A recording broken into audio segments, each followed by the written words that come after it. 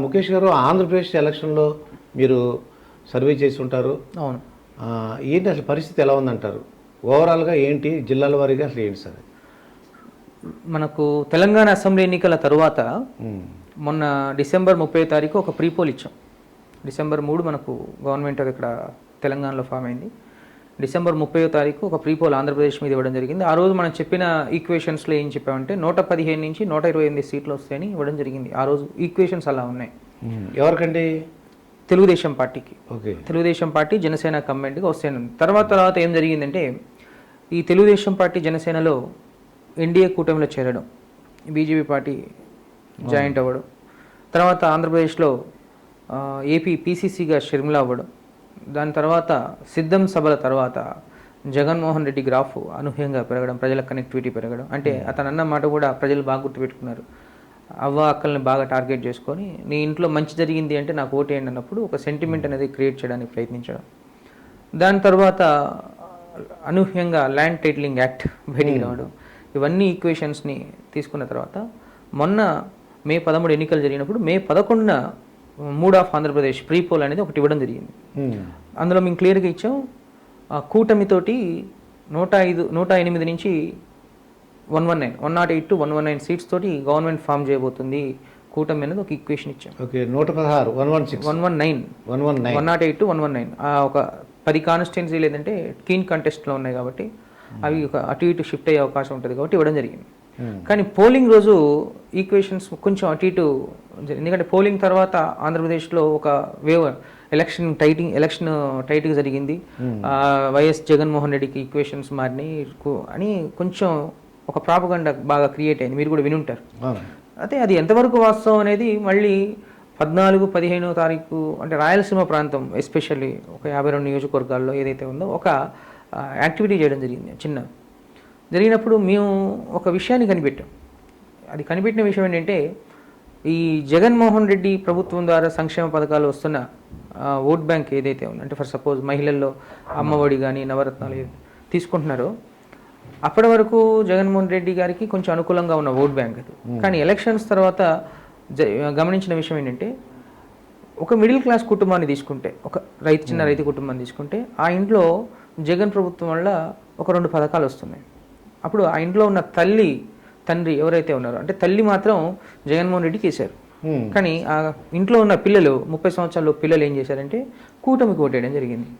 అంటే అది silent voting, silent ప్రాతిపదికన. అంటే వేవ్ ఎలక్షన్ జరగలేదు తెలంగాణలో జరిగినట్టు, బట్ సైలెంట్ ఓటింగ్ మాత్రం ఆంధ్రప్రదేశ్లో బ్రహ్మాండంగా జరిగింది అనేది ఒక స్పష్టంగా అర్థమైపోయింది. పూర్వం ఏంటంటే ఒక ఇంట్లో అందరు కలిపి మోకుమ్ముడిగా అనుకునేవాళ్ళు, ఇప్పుడు మారిందనమాట. అయితే ఇంకొక విషయం గమనించింది ఏంటంటే విజయవాడ ఇటు సైడ్, విజయవాడ ఉమ్మడి కృష్ణా జిల్లా ఈస్ట్ వెస్ట్లో గమనించింది ఏంటంటే ఆ రోజు ఎలక్షన్కు ముందు రోజు హైదరాబాదు, బెంగళూరు, చెన్నై అటు బయట ఉన్న ప్రాంతాల్లో ఉన్న విద్యార్థులు, ఉద్యోగస్తులు వీళ్ళందరూ కూడా ఒక సంక్రాంతి పండగకు వచ్చినట్లు ఓటేయడానికి వచ్చారు. అయితే ఆ ముందు రోజు వరకు ఇంట్లో తల్లిదండ్రులు ఈ సంక్షేమ పథకాలకు కట్టుబడి ఓటేయాలని అనుకున్న ఓటర్స్, ఇది జగన్కి ఓటేయాలని అనుకున్న వీళ్ళు వచ్చి వాళ్ళని మోటివేట్ చేయడం జరిగింది. ఓకే. బయట నుంచి వచ్చిన ఓటర్స్ ఇన్ఫ్లుయెన్స్ చేసి ఆ ఇంట్లో ఉన్న తల్లిదండ్రులను కూడా సైలెంట్గా కూటమికి వేయించారు. అది అట్లే ఈ రకంగా ఏం జరిగిందంటే కూటమికి సైలెంట్ ఓటింగ్ అనేది బాగా పడింది. 70% సైలెంట్ ఓటింగ్ కూటమికి పడిపోయింది అనేది ఒక స్పష్టత అనేది మాకు క్లియర్గా ఉంది. అది ఏ మేరకు పడింది, ఎన్ని సీట్లు ప్రభావితం చేస్తుందని రేపు ఎగ్జిట్ పోల్లో మనం క్లియర్గా చెప్పుకుందాం. ఓకే. ఇప్పటివరకు ఉన్న ఖచ్చితంగా నిర్ణయం ఏంటంటే ఓకే సైలెంట్ ఓటింగ్ అనేది కూటమి సైడ్ ఉండింది. అండ్ బయట నుంచి వచ్చిన ఓటర్లు ఈ 4% ఎవరైతే మైగ్రేటెడ్ ఓటర్స్ ఉన్నారో వాళ్ళందరూ కూడా 80% ఆఫ్ ఓటర్స్ కూటమికి, చంద్రబాబు నాయుడు పవన్ కళ్యాణ్ కూటమికి ఓటు వేసినట్టు మనం గమనించడం జరిగింది. అంటే ఇవన్నీ చూస్తే మనకు కనిపించేది ఏంటంటే రేపు మనం June 1st ఇచ్చే ఎగ్జిట్ పోల్స్లో మొన్న ఇచ్చిన ప్రీపోల్ ఏదైతే ఉందో May 11th ఇచ్చిన ప్రీపోల్ దానికన్నా ది బెస్ట్ పిక్చర్ ఇవ్వబోతున్నాం అనేది ఒక క్లియర్ అయితే ఉంది. కానీ ఎన్ని సీట్లు అనేది మాత్రం ఆ రోజు చెప్తాం ఎగ్జిట్ పోల్ రోజు. అంటే ఇక జిల్లాల వారికి చూసినట్లయితే శ్రీకాకుళం నుంచి విజయనగరం అవన్నీ ఎలా ఉన్నాయంటారు? ఇప్పుడు శ్రీకాకుళంలో మనకు 10 సీట్లు అండి. శ్రీకాకుళంలో 10 సీట్లలో ఏంటంటే మొన్నటి వరకు 50-50 ఉండింది. బట్ ఇక్కడ ఏంటంటే కొంచెం పెరిగే అవకాశాలు ఉన్నాయి, 1-2 స్థానాలు పెరుగుతున్నాయి. ఓకే. విజయనగరంలో 2 స్థానాల వరకే ఉండే మన మొన్న మే 11కు మనం ఇచ్చిన దాంట్లో. బట్ ఇంకొక 2 స్థానాలకు కొంచెం అనుకూల అంశాలు అయితే వాతావరణం కనపడుతుంది. ఇక విశాఖపట్నం మొదటి నుంచి కూడా జనసేన టీడీపీ కూటమికి అనుకూలంగా ఉన్న జిల్లా, ప్రస్తుతం కూడా అలానే కొనసాగుతూ ఉంది. ఈస్ట్ వెస్ట్లో కొంచెం భారీ పరిణామాలు అయితే ఉన్నాయి. వీళ్ళు ఊహించిన దానికంటే ఒక 2 సీట్లు ఎక్కువ వచ్చే అవకాశాలు అయితే క్లియర్గా ఈస్ట్ వెస్ట్ కూటమికి. ఉమ్మడి కృష్ణా జిల్లాలో ఒక 2-3 స్థానాల్లో తప్ప మచిలీపట్నం పార్లమెంట్ అయితే క్లీన్ స్వీప్ చేస్తుంది. విజయవాడ పార్లమెంట్లో కొంచెం 1-2 స్థానాల్లో కొంచెం డౌట్ ఉంది. అంటే బాలశౌరి గారు అండి, బాలశౌరి అంటే పార్లమెంట్ బాలశౌరి అంటే అసెంబ్లీ నేను చెప్తుంది. ఓకే. అదేవిధంగా ఉమ్మడి గుంటూరు జిల్లాలో వచ్చేసి పల్నాడు మళ్ళీ క్లీన్ స్వీప్ చేసే అవకాశాలు ఉంది. కూటమికి ఒక సీటు నర్సరావుపేట సీట్ డౌట్లో ఉంది, మిగిలినవి కూడా క్లియర్గా ఎడ్జ్ ఉన్నాయి. గుంటూరు పార్లమెంట్లో 1-2 సీట్లు మినహాయించి మొత్తం కూడా క్లియర్ ఎడ్జే ఉన్నాయి. ప్రకాశంలో కొంచెం 70-30 రేషియోలో కనిపిస్తుంది, అది ఏది జరుగుతుందో చూడాలి. దాని తర్వాత నెల్లూరులో వచ్చేసి 60-40 రేషియో ఉంది.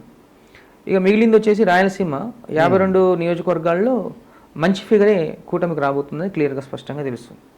కూటమి అనంతపూర్, చిత్తూరు కూటమికి ఎక్కువ ఫేవర్ ఉన్నాయి. కడప జగన్కి ఫేవర్ ఉంది. కర్నూలు కొంచెం అటు ఇటు రేషియోలో ఉంది.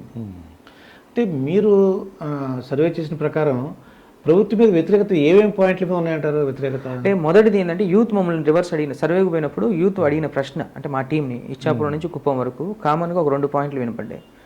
ఒకటి ఏంటంటే యూత్ అడిగిన ప్రశ్న ఏంటంటే 5 సంవత్సరాలు రాష్ట్రాన్ని పరిపాలించాడు ఒక సీఎం. 5 సంవత్సరాలు రాష్ట్రాన్ని పరిపాలించిన సీఎం కదా, వాట్ ఈజ్ యువర్ క్యాపిటల్ అంటే నో ఆన్సర్ అని చెప్తున్నారు. అంటే మన రాష్ట్రానికి రాజధాని లేకుండా పరిపాలించిన చరిత్ర అనేది ఒక ఆంధ్రప్రదేశ్కే చెందుద్ది. సో రాష్ట్రానికి రాజధాని లేనప్పుడు మిగిలిన విషయాల్లో కూడా కొంచెం వెనకబడి ఉంటాం, అభివృద్ధి విషయంలో కూడా వెనకబడి ఉంటాం అనేది చాలా ఒకటి ఉంది. At the same time employment, economic creation, వీటన్నిటిలో కూడా ఇప్పుడు నవరత్నాలు, సంక్షేమ పథకాలు. ఇప్పుడు సంక్షేమ పథకాలు 2014 నుంచి ఏ గవర్నమెంట్ ఏర్పడ్డా వాళ్ళు ఇస్తూనే వస్తున్నారు.